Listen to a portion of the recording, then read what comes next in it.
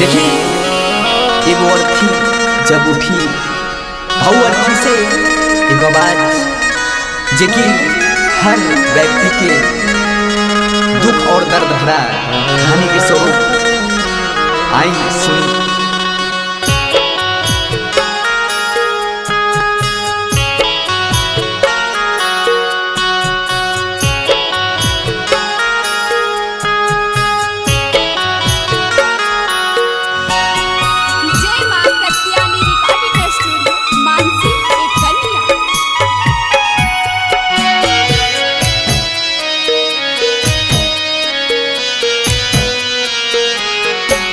आहो रामा कहियो ना बेटा हमर बाबू कही के बोलैल कही हो, बाबू कही के बोलैल कही हो, से हो बेटा बाबू कहने जाए, से हो बेटा बाबू कहने जाए।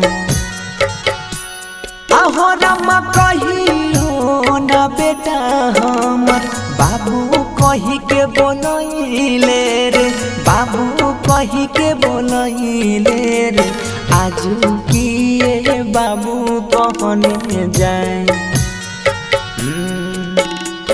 आजू बेटा बाबू कहने जाए।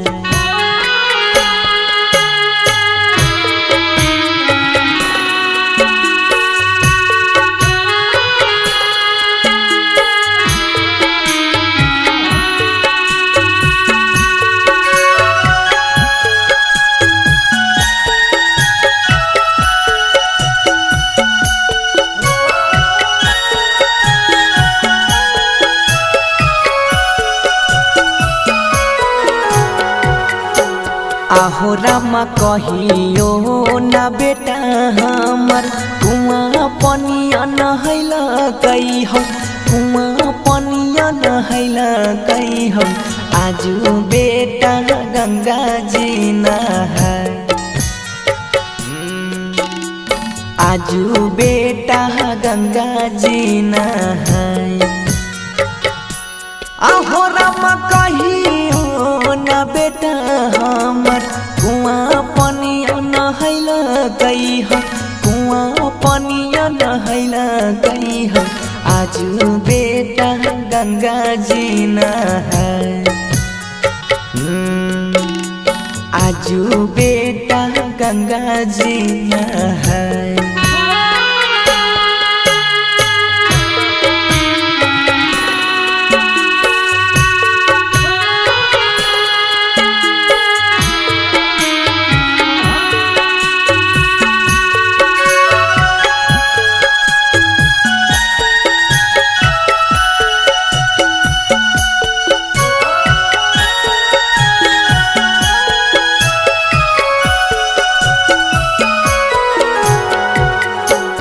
आहो रामा कहियो ना बेटा हमर सेवा पानी कैल कही हो, सेवा पानी कैल कही हो, आजू बेटा कान्हा ने जाए,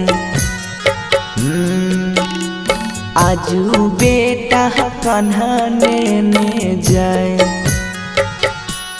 आहो रामा कहियो ना बेटा हमर सेवा पानी कैल कही हो, सेवा पानी कैल कही हो, आजू बेटा कान्हा ने जाए,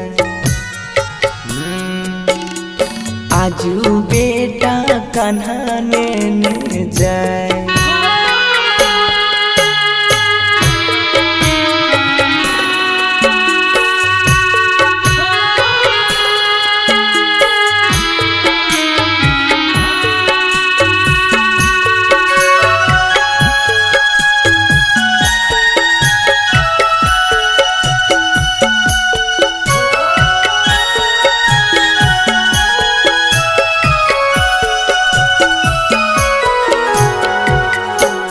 आहो रामा बाबू कही बेटा हमर मन बिल खैल कही हो, मन बिल खैल कही हो, बाबू कही के आगे में जलाए।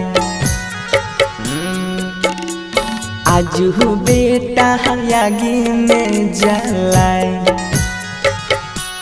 आहो रामा बाबू कही बेटा हमर मन बिल खैल कई हो, मन बिल खैल कई हो, बाबू कही आगे में जलाए। आजू बेटा आगे में जलाए। सच्चे बतिया सोनू लिखने जाए। गाबी गाबी बनसी सुनाए।